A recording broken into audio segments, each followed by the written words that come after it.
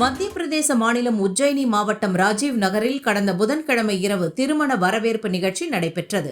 இந்த நிகழ்ச்சியில் மேடையில் இருந்த மணமக்களை போட்டோகிராஃபர் போட்டோ எடுத்துக் கொண்டிருந்தார். அப்போது மணமகளின் உறவுக்கார பெண் போட்டோ எடுக்க முடியாதபடி குறுக்கே சென்றுள்ளார். குறுக்கே போகாதீங்க, போட்டோ எடுக்க முடியல, கொஞ்சம் மேடையை விட்டு கீழே இறங்குங்க என்று போட்டோகிராஃபர் கூறியுள்ளார். இதனால் கடுப்பான அந்த பெண் போட்டோகிராஃபருடன் சண்டை போட்டுள்ளார். போட்டோகிராஃபர் மணமகன் வீட்டு சைடில் இருந்து வந்தவர். அந்த பெண்ணுக்கு ஆதரவாக மணமகள் வீட்டார் வர, போட்டோகிராஃபருக்கு ஆதரவாக மணமகன் வீட்டார் வர, இந்த சின்ன பிரச்சனை ஒரு கட்டத்தில் மணமகன் மற்றும் மணமகள் என இரு வீட்டாருக்குமான மோதலாக மாறியது. இரு வீட்டாரும் மாறி மாறி அடித்துக் கொண்டனர். ஒருவரை ஒருவர் பிளாஸ்டிக் நாற்காலிகளை தூக்கி வீசி தாக்கிக் கொண்டனர். பாத்திரங்கள், குடம் என கையில் கிடைத்த பொருட்களையெல்லாம் வீசி எறிந்து சரமாரியாக தாக்கிக் கொண்டனர். இதனால் திருமண மண்டபமே போர்க்களமாக மாறிப்போனது.